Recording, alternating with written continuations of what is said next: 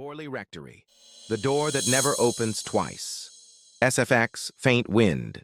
Distant bell ringing very softly, low rumble. Narrator, deep, slow, mysterious. The October wind in rural Essex hissed through the leafless trees, like something whispering or sobbing. My car rolled to a stop at the end of a narrow dirt road, where the last street light had died years ago. In my hand was a crumpled sheet of paper, an old note someone had sent me, with only one line written in shaky ink, whisper, "If you want the truth about Borley, come before midnight." I swallowed hard. Ahead of me, behind a curtain of fog, Borley Rectory rose like a massive shadow in the field, silent and watching. Its windows were empty, black holes where eyes should have been. I had heard everything about this place. They called it the most haunted house in England, footsteps that paced the halls at night, a bell that rang with no hand to pull it. A nun in white, drifting across the garden, a woman's crying beneath the floorboards. I had listened, smirked, and told myself the stories were exaggerated, urban legends stitched together over time. But tonight, I wasn't here to laugh. I was a storyteller, a YouTube narrator. I wanted something real, something dark enough to hold people's attention, to make them lean closer to their screens. I just didn't realize what was waiting for me inside Borley wasn't a story. Low, serious. It was a trap. 2. The woman in white. The room was empty. Dust coated every surface. Cobwebs trembled in the corners. The floor looked untouched for years. No candles, no light. And yet, in the center of the floor, a single detail stopped my breath. A trail in the dust. A pale streak, like someone, or something, had been dragged across it, leaving a long white mark leading into the corner. I followed it. In the corner leaned an antique mirror, tall, cracked at the edges, its glass hazy with grime. Something about that mirror made my stomach tighten. I lifted a sleeve and wiped across the glass. The dust smeared away, and the reflection changed. There was someone in the mirror, not me. A woman stood behind me, pale as wax, dressed in a long white Victorian gown with a high collar, blonde hair tied back neatly. Her eyes were fixed on mine, unblinking, dead calm. My entire body went rigid. I spun around. Nothing. I turned back to the mirror. She was still there, and now she lifted one pale finger and pointed at me. Her lips opened without sound, and the whisper came from everywhere at once, like wind blowing through the cracks of a coffin lid. "Don't open the door." My legs gave out. I stumbled backward, tripped over something, and fell hard onto the floor. The flashlight flew from my hand and rolled away. The beam spun, splashing frantic light across the walls like a dying heartbeat. I crawled, grabbed the flashlight, and forced myself to stand. When I aimed the light at the mirror again, it was empty. No woman, no movement, just my own face, wide-eyed, sweating, terrified. I tried to laugh, tried to breathe, tried to convince myself it had been a trick of the mind. Then I stepped back toward the doorway and stopped. The door was gone. The place where it had been was now a wall. A solid wall covered in old wallpaper. My throat tightened. I stepped closer and touched it. Cold. Real. The same texture as the rest of the room. That wasn't possible. I had walked through that door seconds ago. Then, a sound clicked behind me. A soft, slow tapping. Tick, tick, tick. Like fingernails on wood. I turned. The mirror had shifted. It now faced me directly, and on its glass, letters formed, as if written by invisible wet fingers. The words slid downward, dripping like water. "It's too late." 2. The woman in white. The room was empty. Dust coated every surface. Cobwebs trembled in the corners. The floor looked untouched for years. No candles, no light. And yet, in the center of the floor, a single detail stopped my breath. A trail in the dust, a pale streak, like someone, or something, had been dragged across it, leaving a long white mark leading into the corner. I followed it. In the corner leaned an antique mirror, tall, cracked at the edges, its glass hazy with grime. Something about that mirror made my stomach tighten. I lifted a sleeve and wiped across the glass. The dust smeared away, and the reflection changed. There was someone in the mirror, not me. A woman stood behind me, pale as wax, dressed in a long white Victorian gown with a high collar. Blonde hair tied back neatly.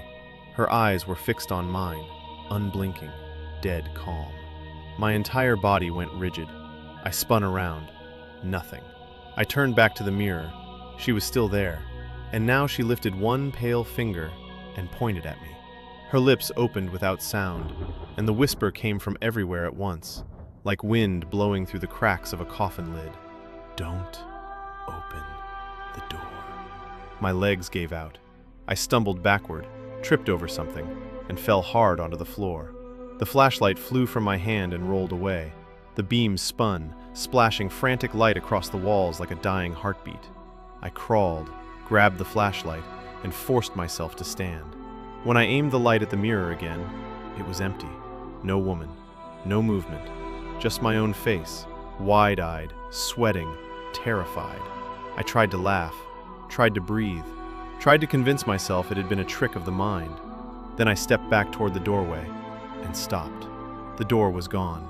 The place where it had been was now a wall. A solid wall covered in old wallpaper. My throat tightened. I stepped closer and touched it.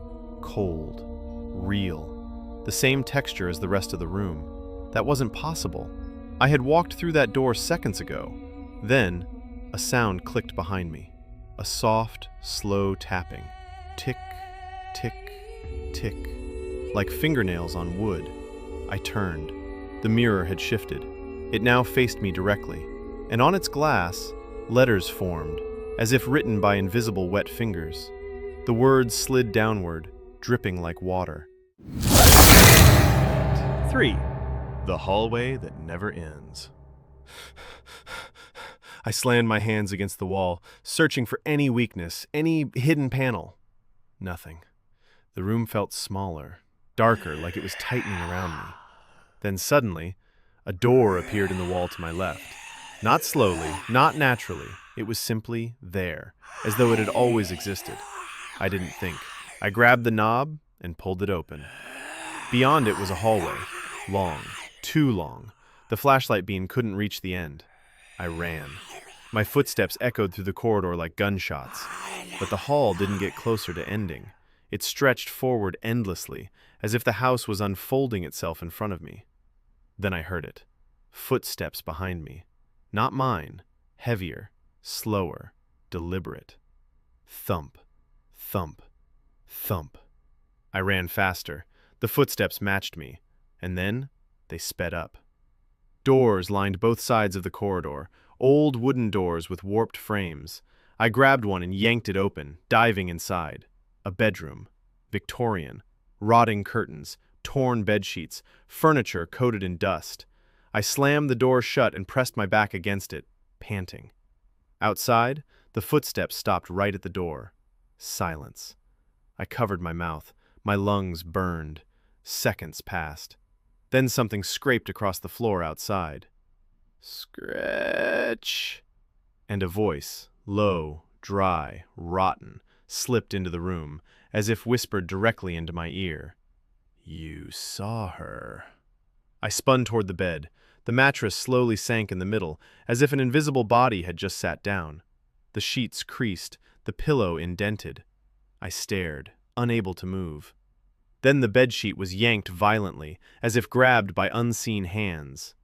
Wham! The door burst open, but there was no hallway anymore. Outside the doorway was only a black brick wall, perfectly solid. A dead end. A sealed tomb. I was trapped. 4. Crying inside the walls. The room had one window, boarded shut with old wood and nails. I threw my shoulder against it. Nothing. The boards didn't move. My breath came in ragged bursts. Then I heard crying. Soft at first, like a child muffling sobs, but it wasn't coming from outside. It was coming from the wall beside me. I pressed my ear against the wallpaper. The crying grew clearer. A woman's voice trembled behind it. "I was buried. Alive." I staggered back. I aimed my flashlight at the wall.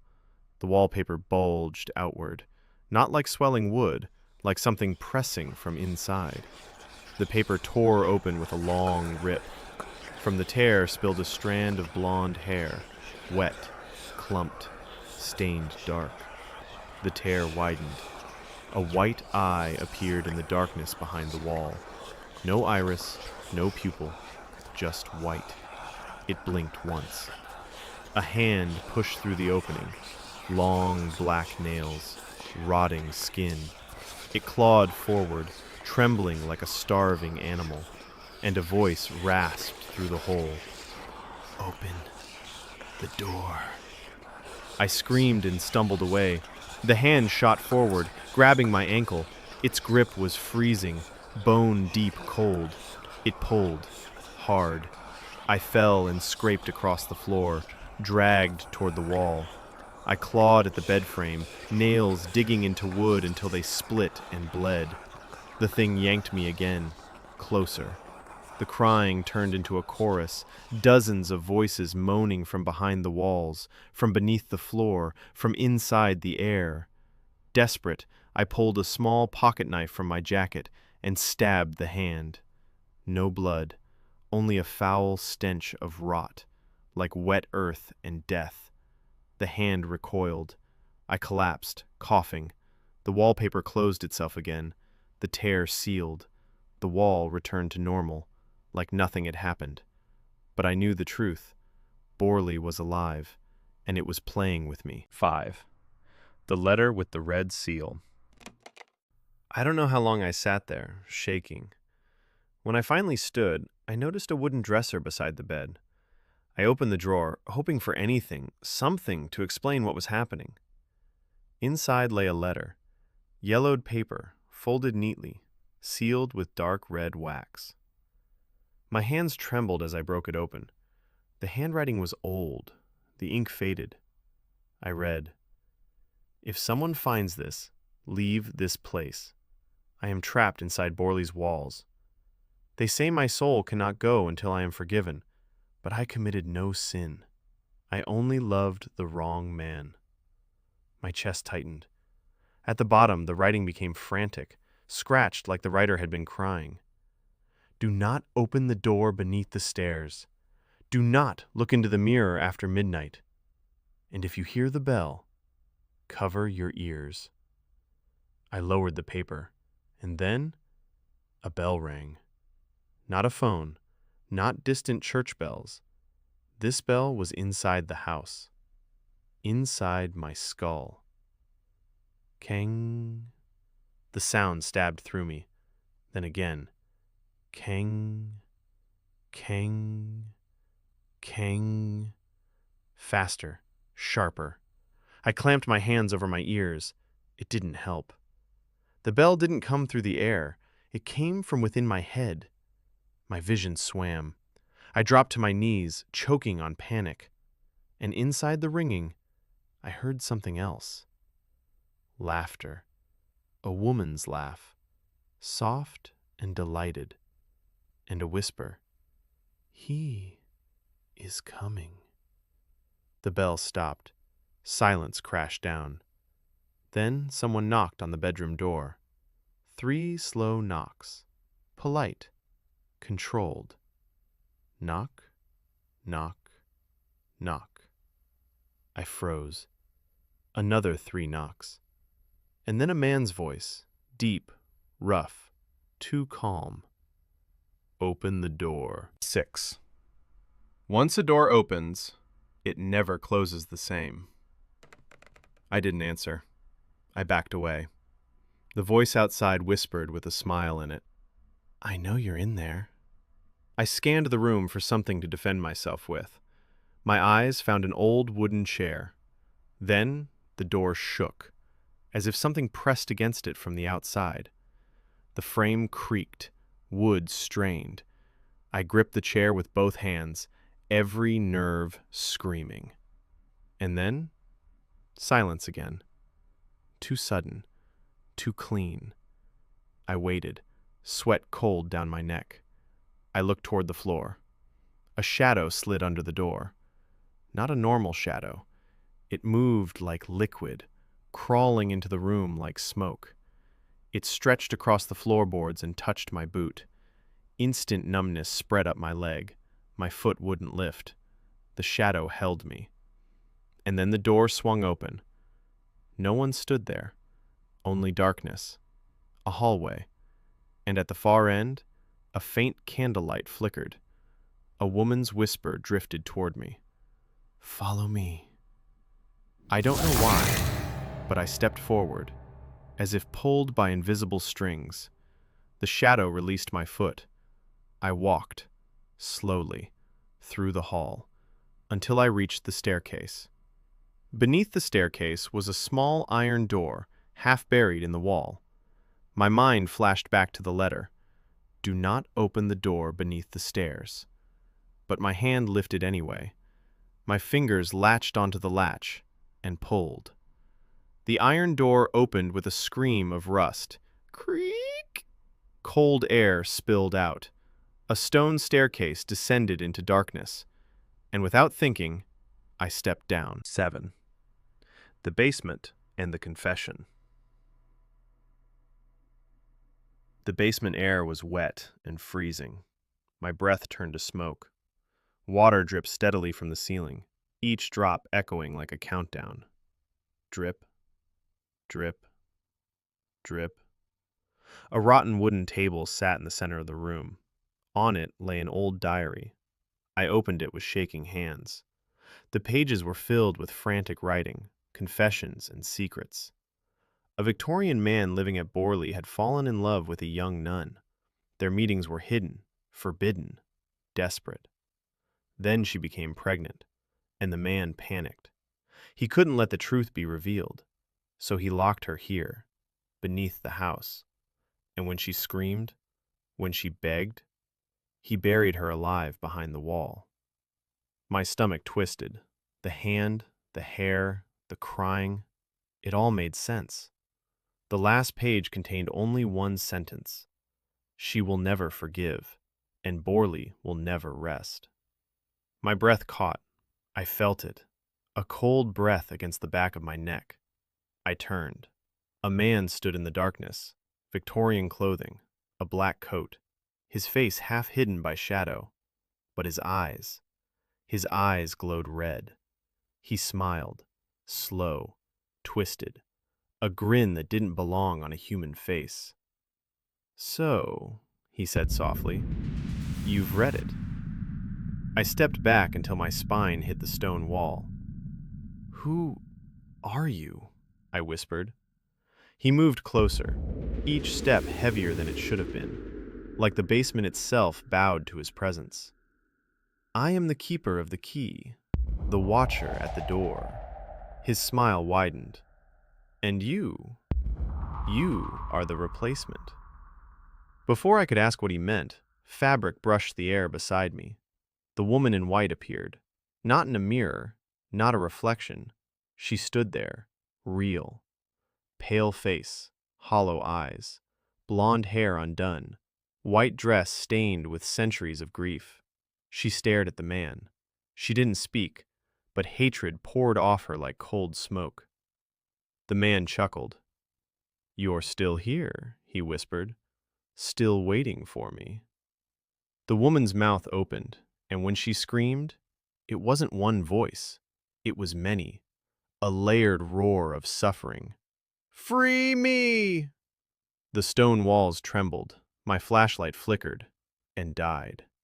In the darkness, I heard stone cracking, brick collapsing, as if a hidden wall was breaking apart. I pulled out a lighter, the small flame shaking in my hand, and I saw it. A section of stone wall had split open. Something crawled out. The nun. But not as she had been in life. This was something else. Hair matted, clothing torn, hands clawing at the ground, eyes dead white and wide. She dragged herself into the basement, like a nightmare breaking through reality. She turned her head toward the man with red eyes, and she smiled. A smile that made my blood run cold. Then she lunged. 8. Borley's night never ends. The man screamed, but not like a man, like an animal being torn apart. The basement shook violently. Dust rained down. I ran. Up the stone steps. Behind me came scraping, screaming, laughter. The sound of something ancient being unleashed. I slipped on wet stone and crashed down, my head striking hard. Warm blood streamed down my forehead, into my eyes. I blinked, seeing stars, but I kept crawling upward. The iron door. I reached it, shoved. It wouldn't open. I pounded it. Nothing. I screamed into the darkness. "Open! Open!" A whisper answered. Not the nun, not the man, but my own voice. Once you open it, you can't close it again. I turned. In the darkness below, the man's red eyes glowed. He wasn't dead. He was crawling upward, smiling. And behind him, the white figure stood still, watching. The nun wasn't chasing me. She was waiting for me to stay. I slammed my fists against the iron door, panic shredding my mind. And then, the door opened. I fell forward, tumbling out onto the main floor. Cold air rushed into my lungs. I crawled into the hallway and ran, half blind, bleeding, dizzy. But Borley was no longer the same. The halls didn't match where they should be. Every corridor led to another corridor. Every door opened into something impossible. I ran until my legs nearly gave out. And then I stopped. Because in front of me was the room with the mirror. The antique mirror stood in the corner, and on its glass was a new message written in wet streaks. Welcome home. I stared at my reflection. It was me. But in the mirror, I was smiling. In reality, my mouth hung open in horror. I lifted my hand to my face. The reflection didn't. It only smiled wider. Its eyes were darker, deeper, empty like windows. And it whispered, "Borley needs a storyteller." The smile stretched unnaturally, and you arrived right on time. My lighter flickered out. Darkness swallowed the room. And in that darkness, the bell rang again. Keng, keng, keng. 9. Epilogue. The last recording. The next morning, my car was found parked outside Borley's gates. The driver's side door stood open. Blood stained the seat. My phone lay in the weeds, screen cracked.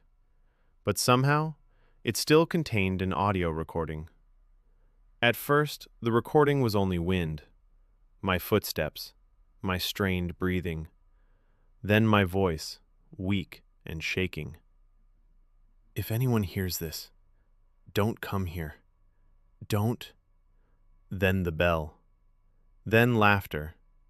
And at the end, one final sentence, spoken clearly in a voice that was not mine. The story will continue. After that, I was never seen again. But they say, every time someone mentions Borley, every time someone plays a video about Borley on YouTube, at the very end, beneath the music and narration, you can hear a faint metallic ringing, like it's coming from somewhere behind your screen. Keng.